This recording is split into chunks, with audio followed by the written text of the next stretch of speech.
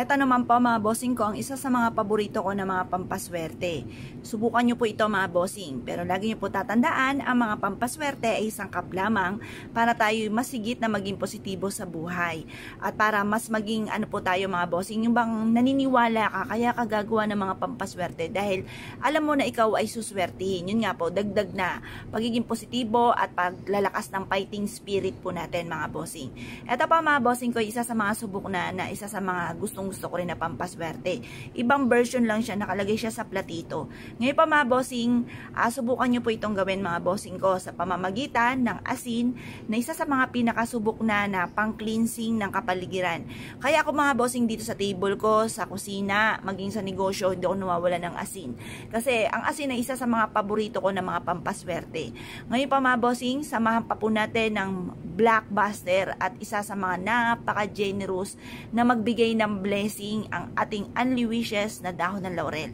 Ito pa mga bossing ko ay perpektong sangkap upang sa ganon mabilis na makamit ang mga pinapangarap at para magdoble-doble ang blessing at higit pa sa mga wishes ninyo ang dumating po sa inyo. Ngayon pa mga bossing, ganito lang po inyong gagawin. Mga bandang 6:30 or kaya po ay alas 7, matatapos ang pampaswerte natin hanggang alas 8 lang ng umaga.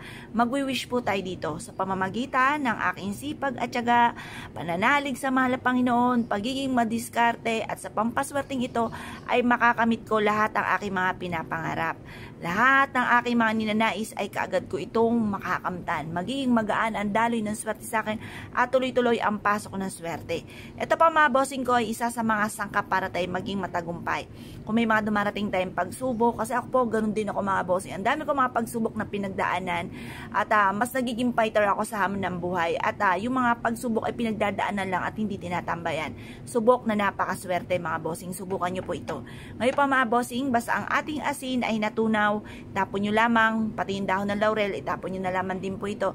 Tapos paltan nyo ng panibago. Kasi kaya pag ganyan natunaw, marami mga nahigop na negatibong enerhiya. Tapos, mainam na subukan nyo po ito sa umaga mga bossing, or kaya kapag full moon, subukan nyo rin po ito. At tapos positive ka lamang, i-mindset nyo na simula na ito ng tagumpay nyo, hindi na kayo mamumblema sa pera, makakamit nyo lahat ng inyong mga pinapangarap, siksikliglig at aapot, maraming blessing ang darating sa inyo. Subukan nyo po ito po isa sa mga subok na rin na napakaswerte. Kung naniniwala ka at nais po itong gawin, huwag na kayo magpatumpik-tumpik pa. Ito po ay subok na napakaswerte mga bossing at mas gagaan yung daloy ng swerte. Mapapasin nyo naman po ito kaagad. Or kaya po, mas magiging fighter ka sa hamon ng buhay. Maraming mga iba't ibang ideas na papasok sa inyong isipan. Mas magiging masipag ka, madiskarte sa pamamagitan nito dahil alam mo na ikaw ay suswertihin at ikaw po ay makakamit nyo lahat yung mga pinapangarap. Yun ang pinaka-mayor po niyan eh.